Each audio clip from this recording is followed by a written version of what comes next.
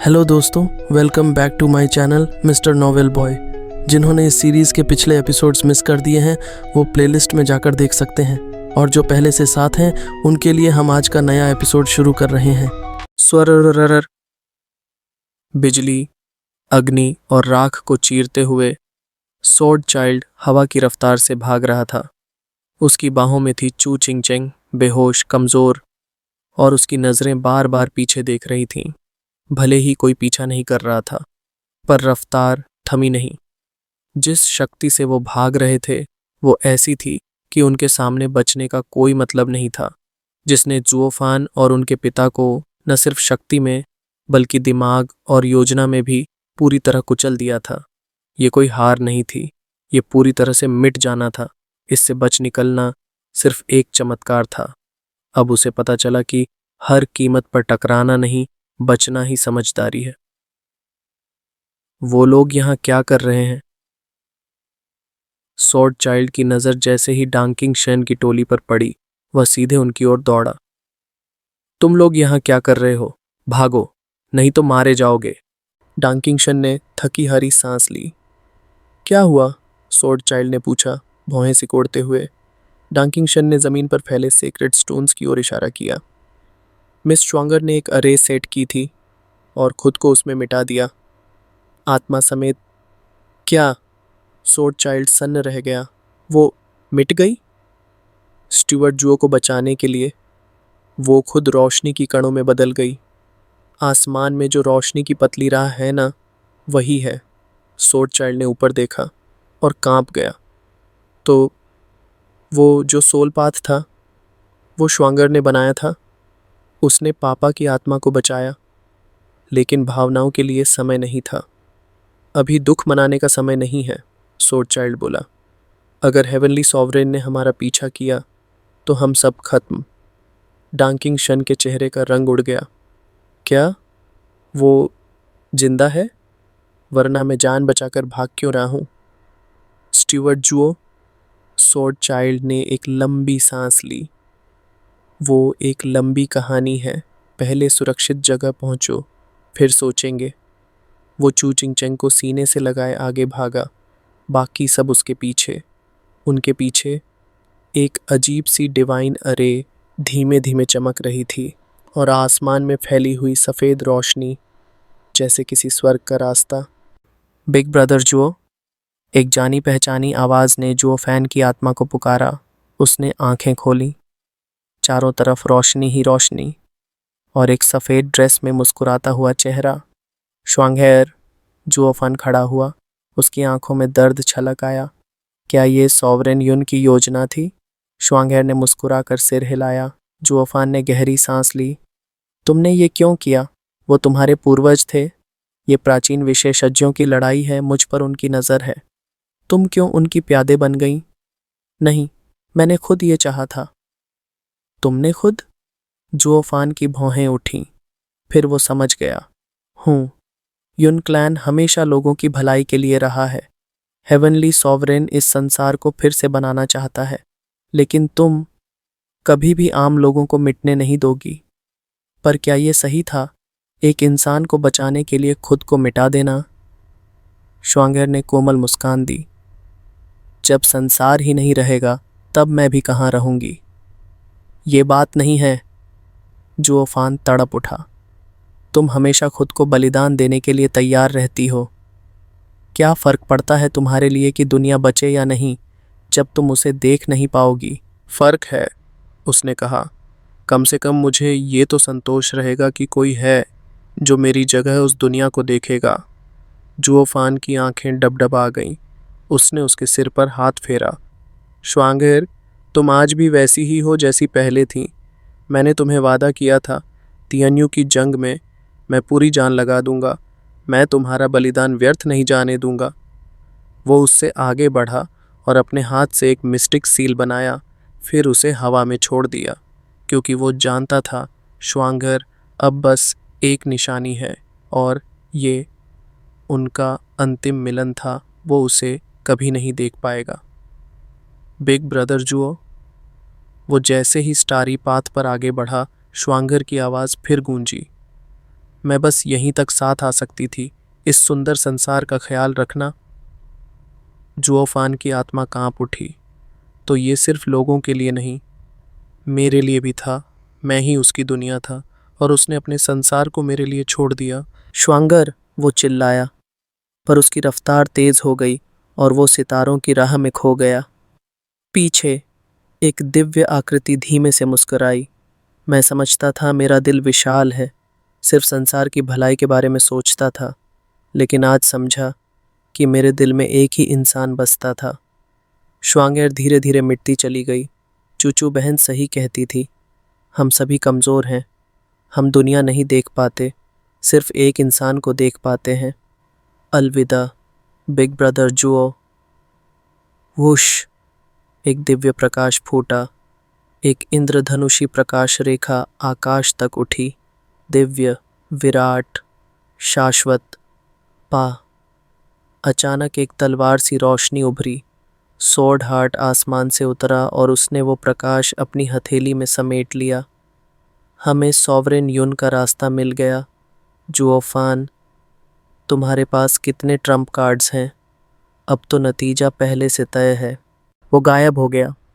मॉर्टल domain में एक साधारण अध्ययन कक्ष में वूरंदोंग कुर्सी पर झूलता हुआ मुस्कुरा रहा था।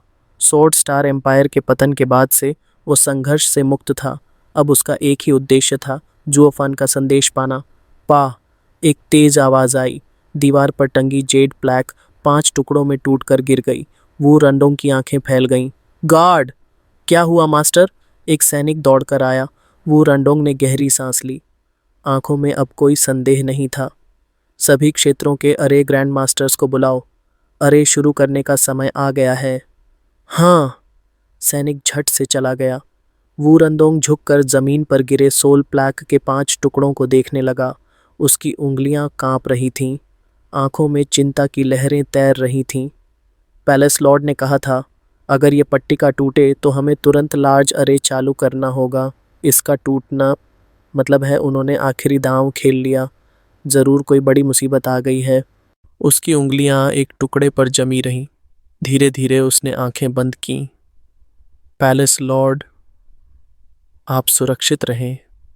उसकी मुट्ठी कस गई। 3 दिन बाद सोर्ड स्टार एम्पायर की पुरानी थंडर पेविलियन में चारों ओर हलचल थी। 2 दर्जन से ज़्यादा अरे ग्रैंड मास्टर्स, सभी 11th ग्रेड या उससे ऊपर एकत्र हुए थे। वूरंदोंग दौड़ता हुआ पहुंचा। आश्चर्य हुआ जब उसने देखा कि वहां पहले से ही मौजूद थे वू चिंगक्यू, शांगुआन चिंग्यान और मॉर्टल डोमेन के अन्य शक्तिशाली नाम। सर वू, क्या जुओफान को कुछ हुआ है? वू चिंगक्यू ने गंभीरता से पूछा। शांगुआन चिंग्यान ने चिंतित होकर सिर हिलाया। जुओफान और पिताजी दोनों सेक्रेड डोमेन में हैं। कहीं कुछ बुरा तो नहीं हुआ? वूरंडोंग ने सिर हिलाया। मुझे भी कुछ नहीं पता। पैलेस लॉर्ड ने सिर्फ एक सोल प्लैक छोड़ा था जिसमें उनकी आत्मा का थोड़ा अंश था। उनका कहना था, अगर ये प्लैक टूटे तो बिना सवाल किए रिकॉइल अरे को शुरू किया जाए। अगर ये टूटा तो इसका मतलब है हालात बेहद नाजुक हो गए हैं। हमारे पास और कोई रास्ता नहीं है। हमें अरे चालू करना ही होगा। जो कुछ हुआ उसका जवाब पैलेस लॉर्ड खुद देंगे। शांगुआन चिंग्यान ने धीमे से गहरी सांस ली। बाकियों ने भी चिंतित निगाहों से एक दूसरे को देखा। वूरंदोंग ने ऊपर आसमान की ओर देखा। उसकी आवाज गूंज उठी। दोपहर हो गई है। एरे एरपवे के ये एक्टिवेट करो। तुरंत ही 2 दर्जन अरे ग्रैंड मास्टर्स ने अपनी हैंड सील्स बनानी शुरू की।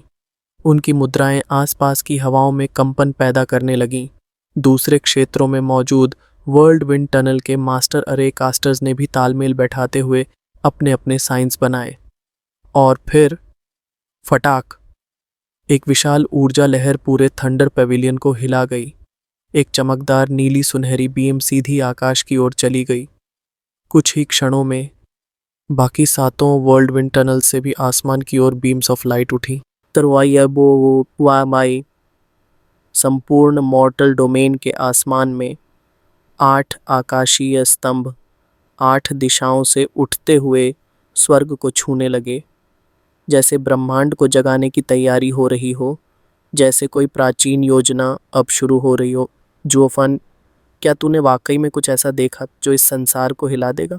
गड़गड़ाहट, पूरी दुनिया कांप रही थी। आठों दिशाओं से उठते प्रकाश स्तंभ ऐसे लग रहे थे जैसे स्वर्ग को चीर देने वाले दिव्य हथियार हों। मिरर मून कॉटेज में हेवनली सॉवरेन गहरी ध्यान साधना में थे जब एक झटका उन्हें होश में ले आया। सोर्ड हार्ट ने आंखें खोली। क्या हुआ? हेवनली सॉवरेन ने गंभीर स्वर में कहा। मॉर्टल डोमेन हिल उठा है। ये अच्छा संकेत नहीं। मॉर्टल डोमेन? सोर्ड हार्ट ने पूछा। क्या वो तीनों दैत्य फिर से मचल उठे हैं? काश वो पांचों सेक्रेड वेपन्स यहाँ होते तो मैं खुद जाता उन्हें ठंडा करने। हेवनली सॉवरेन ने सिर हिलाया। नहीं, वो यूं बिना वजह नहीं हिलते। ये वही है जो पहले भी हुआ था। किसी ने फिर से एक प्राचीन अरे को चालू किया है। कोई फिर सेक्रेड डोमेन आने वाला है। हेवनली सॉवरेन ने एक व्यंग्य भरी मुस्कान दी। नहीं, ये जुओफान की चाल है। जब वह यहाँ आया था उसे इन दैत्य रूपी सेक्रेड बीस्ट्स पर भरोसा नहीं था। अब उसे सच का पता चल गया है और उसे उनकी ज़रूरत है। अब वो उनका साथ चाहता है। सोर्ड हार्ट ने धीरे से सिर हिलाया। क्या मुझे रोकना चाहिए? मॉर्टल डोमेन का नाश तो आपकी शक्ति का स्रोत ही खत्म कर देगा।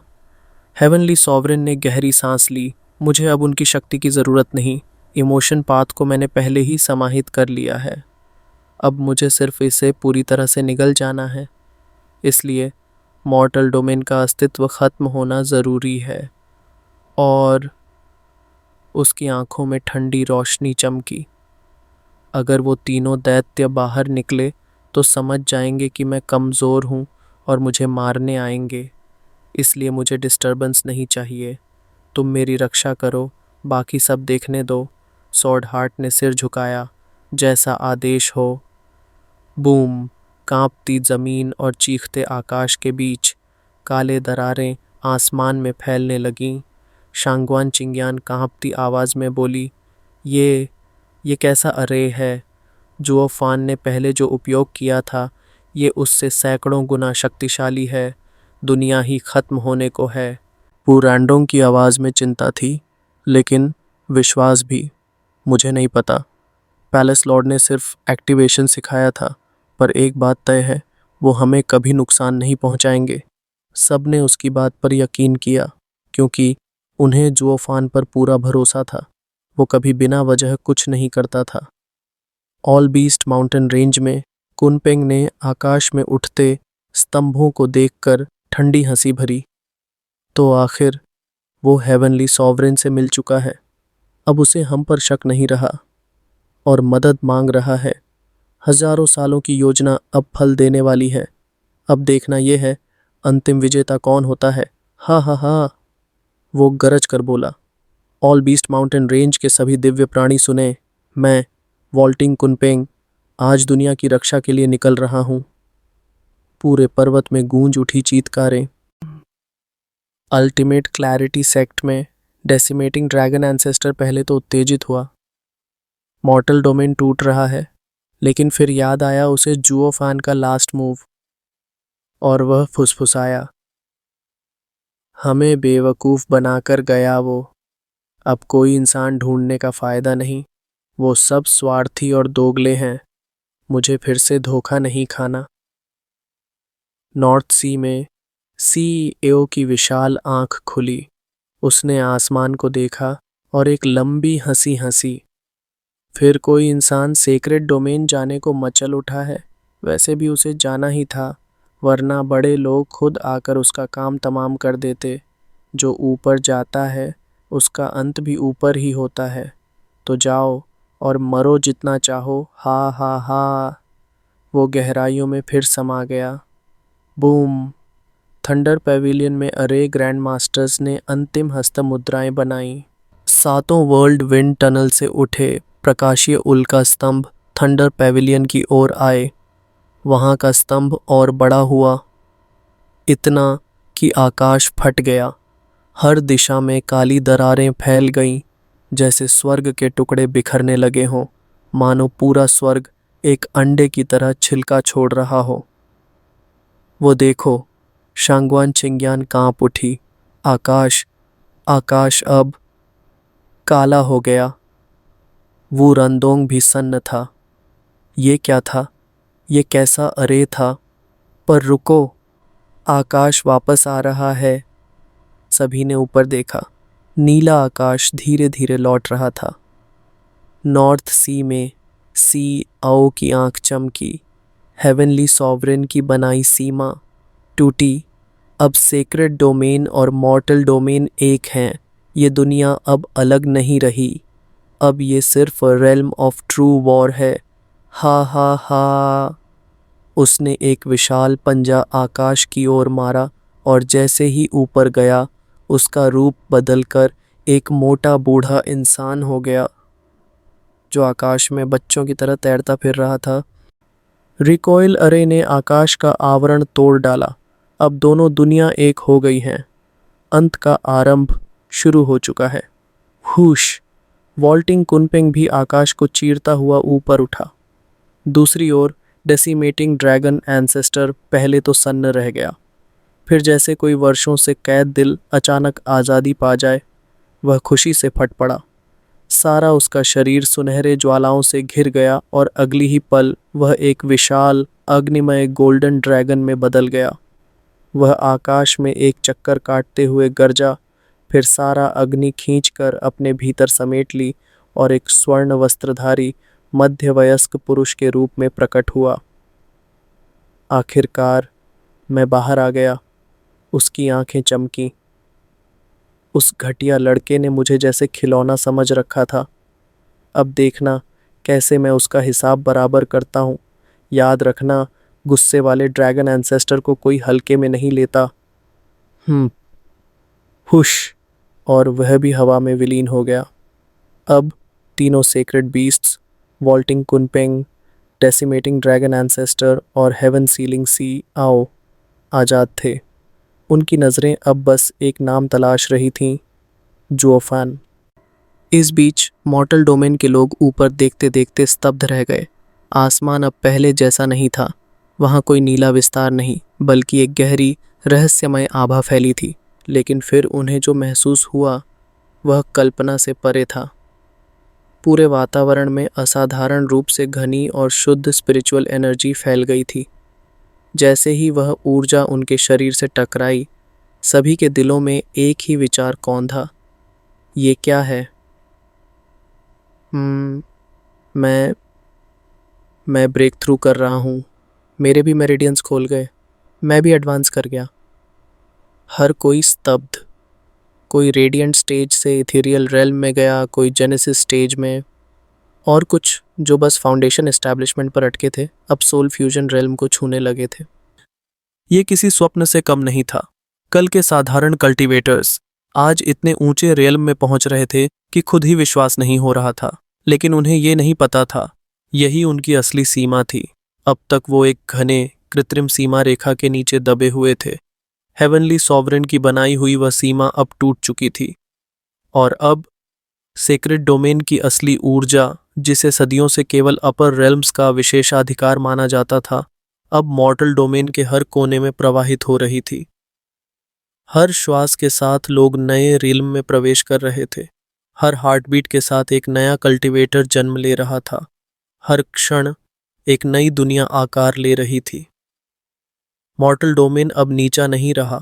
अब यह एक बड़ी दीधा मंच बन चुका था, जहां युद्ध होगा, नियति लिखी जाएगी और स्वर्ग भी कांप उठेगा। हु गाड़ी स्पिरिचुअल एनर्जी की बाढ़ ने मॉर्टल डोमेन के चारों ओर की जमीन को इस कदर भर दिया कि वहां के कल्टीवेटर्स बस वहीं बैठ गए, ध्यान की मुद्रा में। इतनी अद्भुत अवसर को कौन छोड़ता? 1 महीना बीत गया।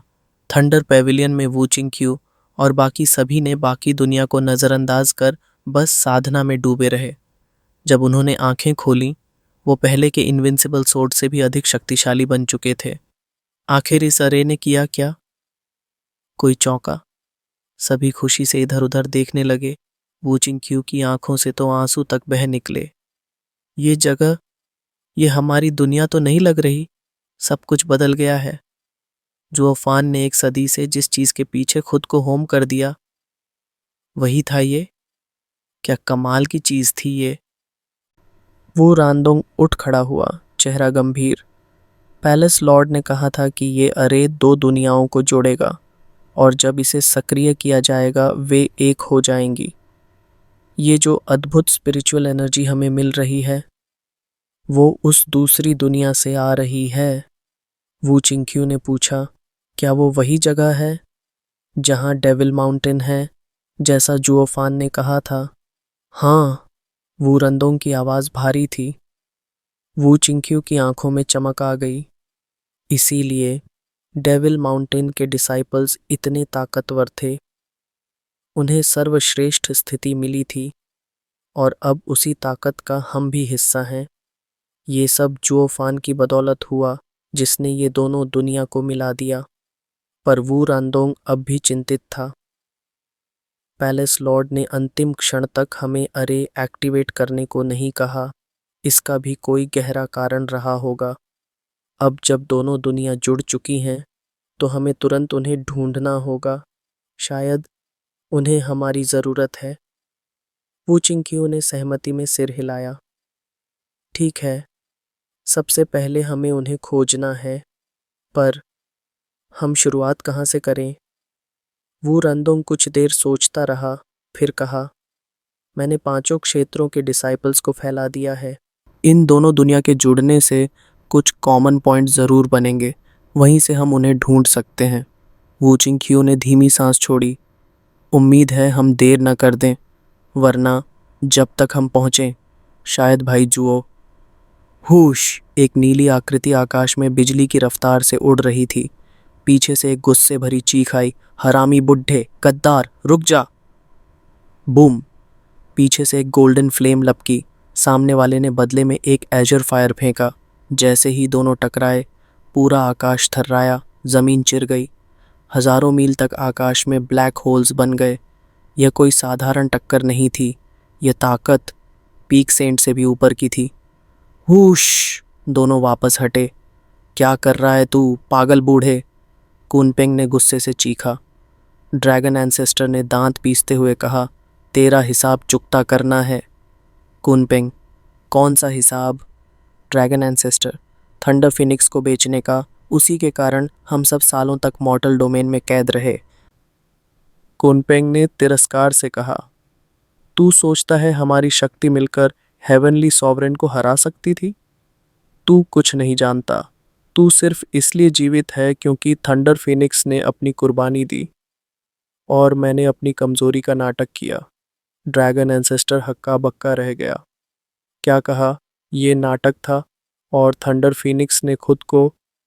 हाँ, उसने सबके लिए किया था। ड्रैगन एंसेस्टर की आंखों की आग बुझ गई। अब वह केवल मौन खड़ा था।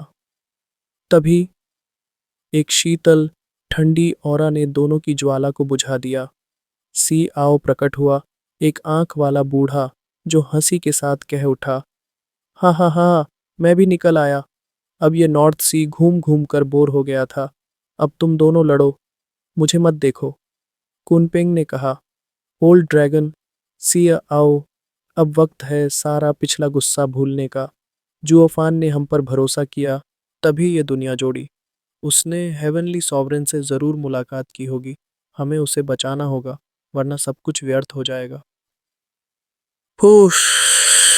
कुनपेंग उड़ गया। ड्रैगन एंसेस्टर भी पीछे पीछे चला गया। हम छुपा रहा खुद को पहाड़ों में और हम थे कैद में। लेकिन चल पहले दुश्मन का सफाया कर ले। सी एओ भी पीछे हो लिया। 3 दिन बाद तीनों सेक्रेड बीस्ट्स मॉर्टल डोमेन के आखिरी छोर पर पहुंचे और सेक्रेड डोमेन में दाखिल हुए। कुनपेंग की पुकार गूंजी। ड्रैगन एंसेस्टर की दहाड़ फूटी। हुश! आसमान में पक्षी मंडराने लगे। नीचे से नागों की गर्जना सुनाई दी। सर कुनपेंग को नमन, ड्रैगन एंसेस्टर को वंदन। सी आओ साइड में खड़ा खींच उठा। और मेरा क्या? कुनपेंग ने मुस्कुराकर कहा, ये समुद्र नहीं है सी आओ, ये तेरे लोग नहीं। सी आओ ने होंठ भींचे।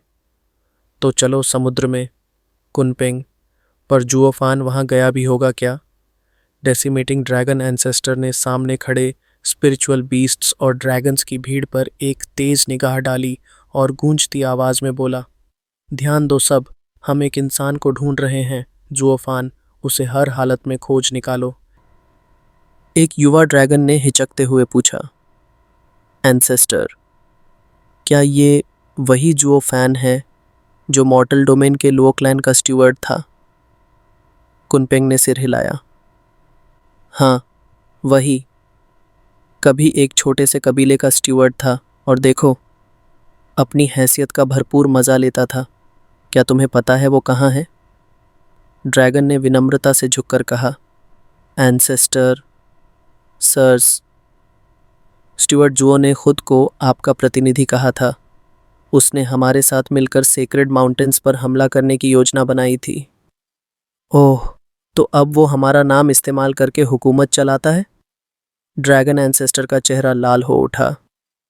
पहले हमें सड़ने दिया और अब हमारे नाम की मलाई खा रहा है। ये सब तो हद ही हो गई। वो बदमाश कहाँ है? मैं उसे खींचकर टांग दूंगा और टुकड़े टुकड़े कर दूंगा।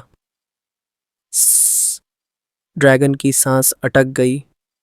उसने घबराकर कहा, तो वो एंसेस्टर का प्रतिनिधि नहीं था? धोखा! उसने हमें ठग लिया। उसके साथ 2 सेक्रेड बीस्ट्स थे और एक ने तो खुद को एंसेस्टर का वारिस बताया। हमने तो उन सबको ड्रैगनाइजिंग पूल तक जाने भी दिया। हम अभी जाते हैं और उन धोखेबाजों को खत्म कर देते हैं। कुनपेंग ने आंखें तरेरी। धोखेबाज कौन? तुम सेक्रेड बीस्ट्स की ऑरा को भी नहीं पहचान पाए, जो कहता था कि वो एंसेस्टर का इनहेरिटर है। वो सच में ओल्ड ड्रैगन का डिसाइपल है। ड्रैगन एंसेस्टर ने गंभीरता से सिर हिलाया। जरूर ये लिन होगा। वो दोनों वास्तव में मेरी ही छत्र छाया में हैं। मैंने गुस्से में कुछ कह दिया। इसका मतलब ये नहीं कि तुम उन पर हमला कर दो। जरा सोच समझ कर काम लेना।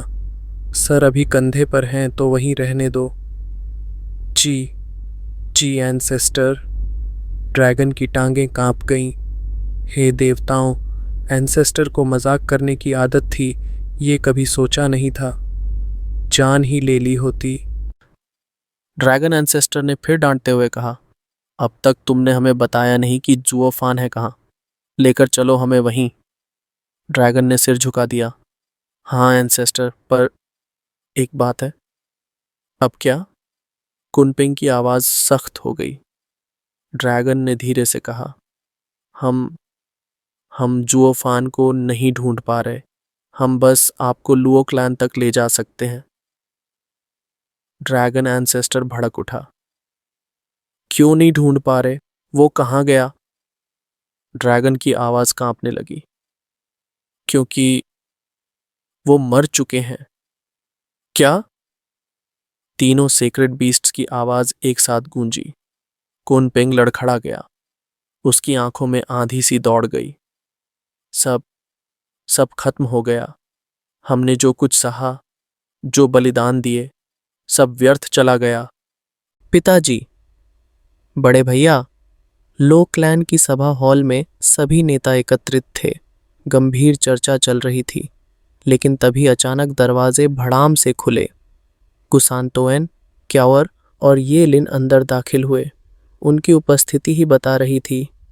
वे अब सेंट स्टेज में पहुंच चुके थे। ओयांग चांगचिंग ने चुटकी ली।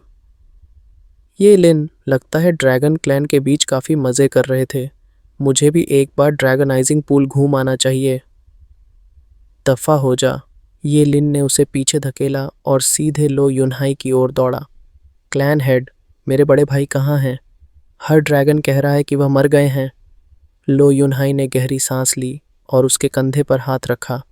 बड़े भाई जुओ के लिए थोड़ी सी उम्मीद बची है, पर शुआंगर और मिस यूयू, वे पिताजी को बचाने के लिए जान दे चुकी हैं। स्वॉर्ड चाइल्ड आगे आया, चेहरा गंभीर। उन्होंने सॉवरेन पाथ की शक्ति का सहारा लिया, जिससे हेवनली सॉवरेन से जुओ फैन की कमज़ोर आत्मा को छीना जा सके। पर वह शक्ति बहुत अधिक थी और उनकी आत्मा खुद ही नष्ट हो गई। क्याओर रो पड़ी।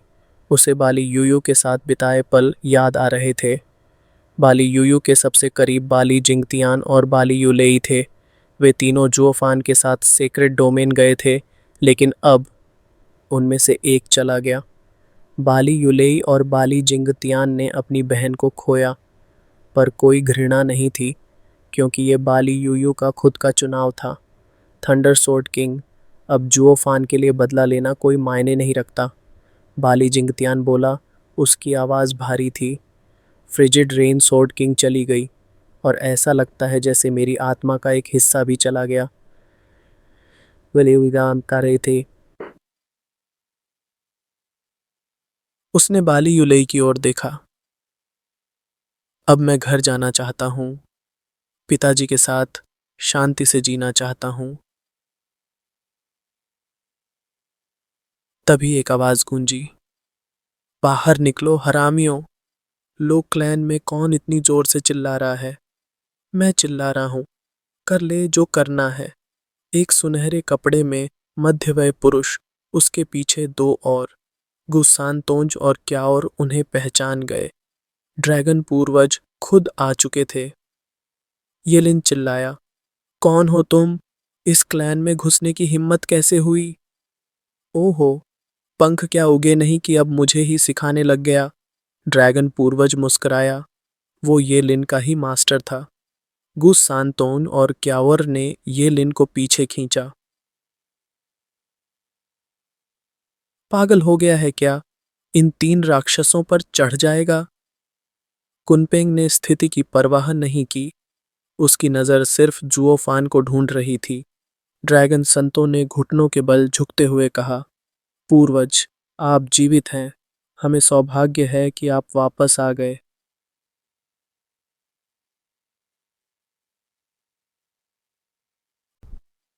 येलिन स्तब्ध था। वो मेरे मास्टर हैं? ड्रैगन पूर्वज गुर्राया। तुम्हें बाद में देख लूंगा। अभी बताओ, जोफान कहाँ है? वो मरा नहीं हो सकता। ड्रैगन संत बोले, कुछ दिन पहले ड्रैगन सॉवरेन को 8 लोगों ने मिलकर मार डाला। आपको बदला लेना ही होगा। मर गया तो गया, दूसरा ढूंढ लो। जुओफान ज्यादा जरूरी है। कहाँ है वो, मरा है या नहीं? कुनपेंग दहाड़ा। पूरी दुनिया की किस्मत जुओफान पर टिकी है। सच बताओ, क्या कोई गवाह है कि वो मर चुका है? स्वॉर्ड चाइल्ड ने सामने आकर पूरी घटना बताई। तीनों बुजुर्गों ने सुना, फिर लंबी सांस ली। तो इसलिए कहा जा रहा है कि थोड़ी उम्मीद बची है। ये सौभाग्य की बात है। ड्रैगन पूर्वज चौंका। उम्मीद? लेकिन उसका शरीर, आत्मा, सब खत्म हो चुका है। अब क्या कर सकता है एक टूटी आत्मा वाला इंसान? कुनपेंग मुस्कुराया, तुम ये तभी कहोगे जब तुम उसकी असली पहचान नहीं जानते। असली पहचान? ड्रैगन पूर्वज की भौहें उठी। वो क्या कोई सॉवरेन का पुर्जा है, या फिर कोई पुनर्जन्म? कुनपेंग की आवाज़ गूंज उठी। पुराने जमाने के अनक्राउंड सॉवरेन को याद है? वो? ड्रैगन पूर्वज की आंखें फटी की फटी रह गईं। हेवनली सॉवरेन का छोटा भाई? वही जो कभी हेवनली सॉवरेन के साथ मिलकर हेवनली डाउज एग्जॉल्टेड कहलाता था? वो जुओफान है? पर वो डिमोनिक पाथ पर कैसे पहुंच गया? कुनपेंग की आंखों में गंभीरता चमकी। क्या सभी सॉवरेन्स का लक्ष्य सुप्रीम स्टेज तक पहुंचना नहीं है? ड्रैगन पूर्वज और हेवन सीलिंग सी आओ चुप हो गए, सोच में डूबे। 10 पत्थों का मिलन, सुप्रीम स्टेज। क्या वो पुरानी कथा सच है? Senior, 1 minute. लो युनहाई आगे आया, झुकते हुए मुस्कराया। कुनपेंग बोला, हम 3 पवित्र राक्षस हैं, vaulting Kunpeng, decimating dragon ancestor और हेवन सीलिंग सी आओ। हमने कभी जुओफान का मार्गदर्शन किया था, और अब हम उसके हाल चाल जानने आए हैं। Sacred beasts? लो युनहाई और बाकी सब हैरान रह गए। वो जो सॉवरेन से भी भिड़ सकते हैं। अब तो जीत पक्की है। अब तो हम दोनों दुश्मनों को हरा सकते हैं। कुनपेंग का चेहरा तुरंत बिगड़ गया। जीत? उनमें से एक हेवनली सॉवरेन है, वो जिसने अकेले ही बाकी सारे सॉवरेन्स को हरा दिया था। हम तीन कुछ भी नहीं है उसके आगे। अब हमारी सारी उम्मीदें सिर्फ जुओफान पर टिकी हैं। ड्रैगन पूर्वज भौहें चढ़ाकर बोला।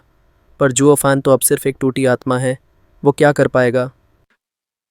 कुणपेंग ठहाका मारते हुए बोला। तो तुम भूल गए क्या? सॉवरेन युन ने भी सिर्फ एक टूटी आत्मा से ही स्टार पाथ चालू किया था, और जुओफान वो उससे भी आगे जाएगा। मेरी गणना के अनुसार वो इस वक्त हेवनली रीबर्थ लेक में है। वहीं से वो दोबारा लौटेगा, न केवल अपनी सारी शक्ति के साथ, बल्कि उस प्राचीन शक्ति के साथ भी जो हेवनली सॉवरेन के सबसे करीब मानी जाती है। अब युद्ध केवल शक्ति का नहीं, किस्मत का होगा। और जोफन, वो जो बिना ताज के राजा था, अब खुद नियति की चुनौती बन जाएगा। वूश! एक शांत रात में आकाश से एक तारा गिरा और झाड़ियों के बीच जाकर थम गया। जैसे ही चमक कम हुई, वहां एक धुंधली मानव आकृति दिखाई दी। ये कहाँ हूं मैं? जुओफान चारों ओर देखने लगा।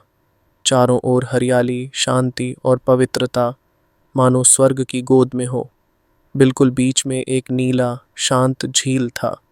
उसका पानी इतना साफ था कि उसमें देखने मात्र से दिल को सुकून मिलने लगा। जुओफान झुककर उस पानी को छूते ही हूँ एक लहर फैली और झील ने दो चेहरों को प्रतिबिंबित किया। एक सफ़ेद वस्त्रों में उच्च कोटि का युवक, शांत और गरिमामय। दूसरा क्रूर चेहरा, लेकिन उन्हीं के सामने चेस खेल रहा था। उन दोनों की नज़रों में वही ठंडक थी, मानो वो पहले से ही जानते हों इस खेल का अंत क्या होगा। जोफान दंग रह गया। हेवनली सॉवरेन, छोटे भाई तुम फिर हार गए। हेवनली सॉवरेन ने चेस का आखिरी मोहरा रख दिया। ये तुम्हारी लगातार 99वीं हार है, अब तो मान लो।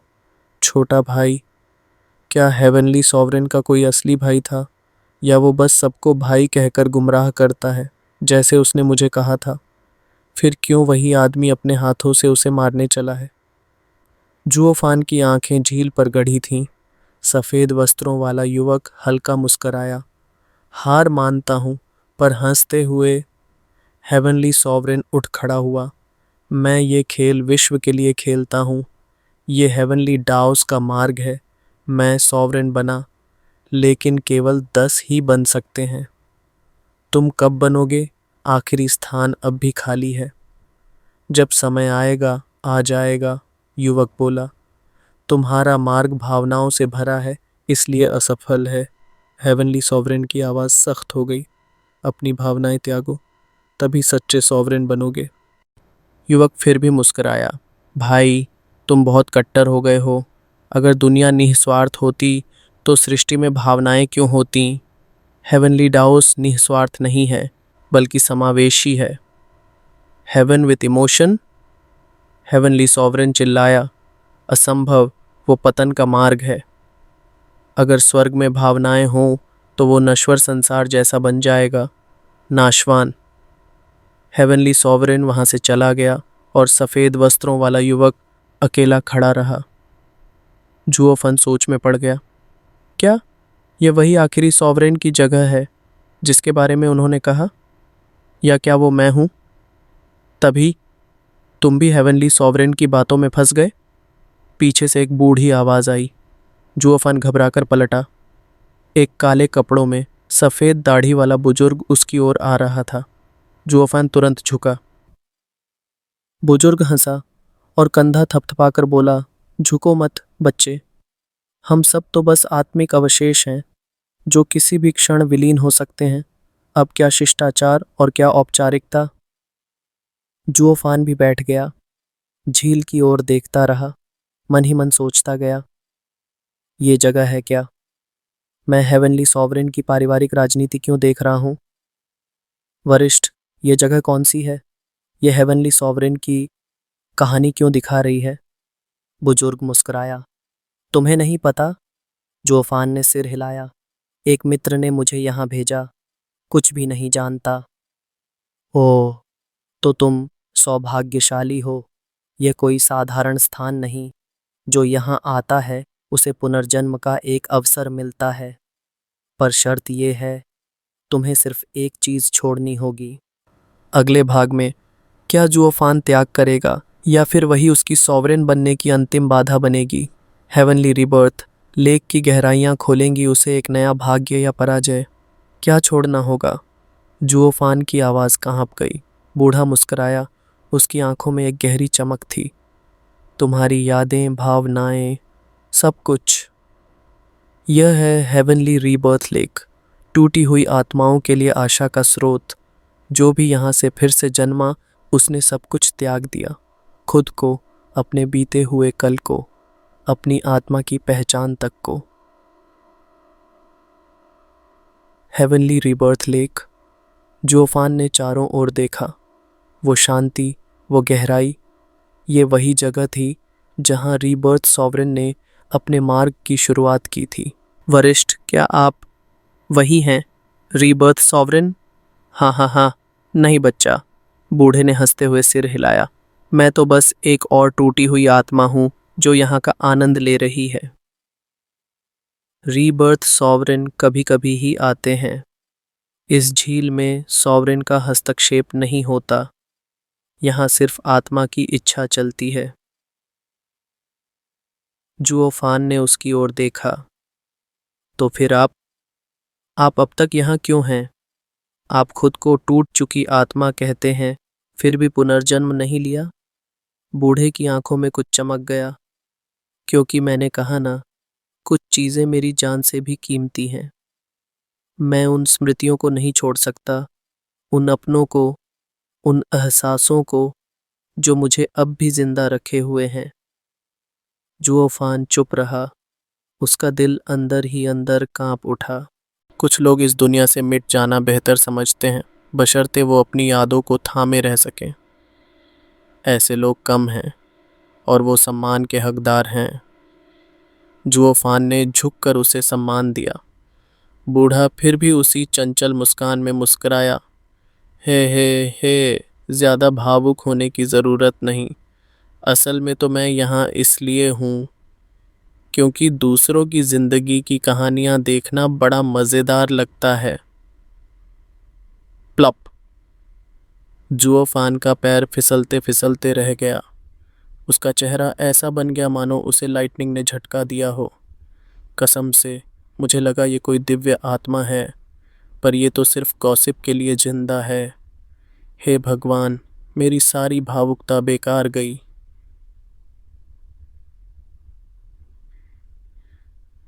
जुओफान की आंखों में अब सवालों की आंधी थी। क्या वो अपनी भावनाओं को छोड़ सकेगा? क्या वो सब भूल पाएगा जिसे उसने दिल से जिया था?